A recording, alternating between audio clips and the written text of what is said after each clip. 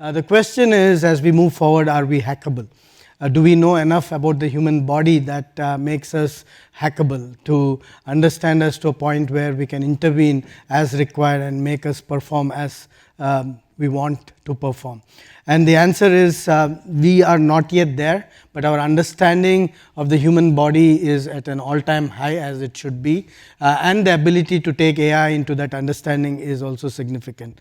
So if you look at diagnose and cure to predict and prevent, moving from organ and tissue health to cellular health and then to molecular health is how we think about it. Organ and tissue health is where we have been. And when we look at a CT machine, a MR machine or ECG machine, what we are looking for is the health of an organ. Either it's vital information which is coming out through an ECG machine or a tumor that we are detecting using a CT or MR machine. Many of us have not thought through and understood what is cellular health. Cellular health is the health of every individual cell. So if your cell is healthy, then there is a particular ratio of water inside and outside the cell, that is intracellular water and extracellular water. That ratio gets disrupted, means your cell is inflamed. If your cell is inflamed, eventually it leads to your chronic inflammation and chronic disease. So that's another place where now we can play a role with AI. But also you have heard about omics and the various advances over there, and I mentioned it before, the connectomics, which everybody knows genomics, which is about the DNA. But connectomics is how the nervous system is connected, and that plays a significant role in both physical and mental health as well. But then there is transcriptomics, which has got to do with the RNA and so on and so forth. The gut microbiome and the microbiomics is another area of rapid advances. So with all this in place, we have to look at health in multiple zones. AI in diagnostics, in going, like I said, into the organ health, there are many tools and we recognize those. For example, using X-rays to differentiate between pneumonia and COVID, AI was used. And then the MR output.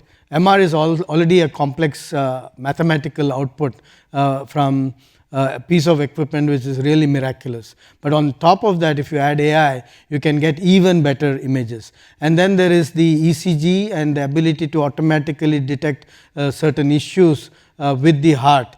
Again, AI has been used in these areas. And then talking about moving from organ and tissue health to cellular health, I already mentioned about it before, but this is a context in a different setting, is that when we are looking at cellular health, we are looking at an ability to look at the cells being inflamed. Today, you have to do it with a blood test, and even that is a proxy. So if you're using a proxy, as well can we use a non-invasive proxy, and that is a Quest, and that requires sensor data but also AI, because we are combining information from multiple sensors. So if you just take bioimpedance, just take heart rate variability, or just take a flushed face, you're not going to get to chronic inflammation. So the ability to combine information is where AI plays a role. And with omics as well, looking at your data and being able to predict your day and how best you can look at your health at a molecular level is something that AI can play a role in addition to getting information from your body. So again, thinking about AI in healthcare means we need to think about it differently than just saying, can I detect a tumor automatically instead of a doctor having to detect a tumor. But you have to think about chronic inflammation and cellular level health. You need to think about molecular information and molecular level health. That is where AI is taking us, and so that is enjoying being in the moment. So while we say we are chasing bliss, enjoying being in the moment, living a full life while we are chasing immortality, and being human while we are chasing divinity. Right? So this is where AI is taking us. Thank you. Thank you.